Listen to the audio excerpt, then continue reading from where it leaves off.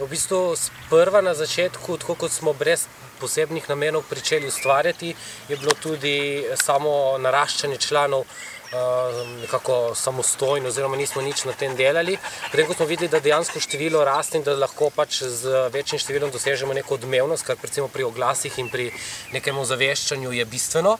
Ampak potem so same stvari, dejansko člani oziroma potem tudi uporabniki Facebooka so se sami nekako pridružili skupini oziroma pošiljali vabila, potem so se označevali oziroma tegali na fotkah, objavljali so fotke mogoče svojih pasjih prijateljev, obiskov v zavetišču in tako dalje. Tako da v bistvu aktivno objavljanje, mogoče ažurnost tudi samih podatkov, zgodb in mogoče tudi te akcije različne, ki smo jih pripravili. Torej, da se na strani tudi nekaj dogaja, da stran živi z uporabniki, predvsem pri taki tematiki.